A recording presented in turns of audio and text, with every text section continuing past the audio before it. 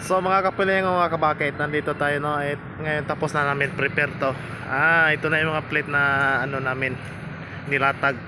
Prepare namin to. Ngayon alas 5 na. Siguro pang gabi na magbubutas nito. Ito na ang puntos.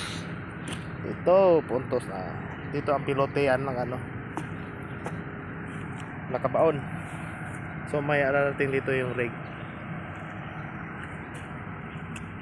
Yung mga kasamahan ko nandun sa dulo. Yung rig doon ay maghuhukay yun sila. So kung matapos siya doon, siyempre pupunta siya dito. Yan ang plate, nilatag namin yung platform no, para apakan ng drilling. Yun naman doon yung mga bakal sa kilid. Dami mga bakal to. Sa isang pilote depende, may 3 dugtong o 2 dugtong. Yan. So ngayon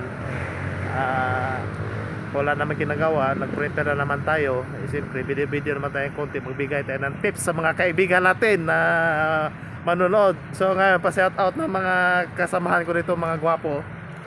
Yan, lalo na sa spotter kong gwapo. Pangiti naman, konti lang. Yan, yun yung crane doon no. Manood yung ano mo, yun ano, bago namin kasamahan dito, pero ano talaga yan, masipag. Lahat kami dito masipag mga guys no.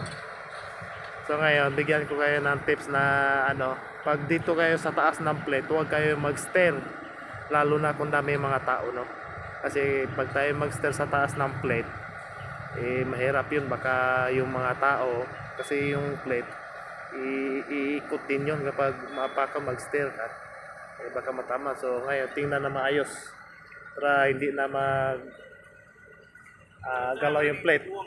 Yun, ito yung preto ng rig namin, naantay lang to. Ito. Shout out guys.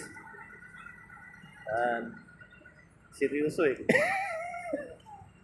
Preto namin yung rig. Yun ang pinaka ano namin dito.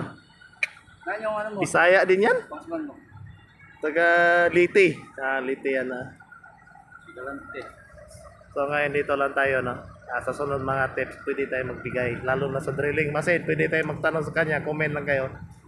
Kung may comment kayo magtanong, so ipakita ko sa inyo paano mag-drilling. Pad, what's up?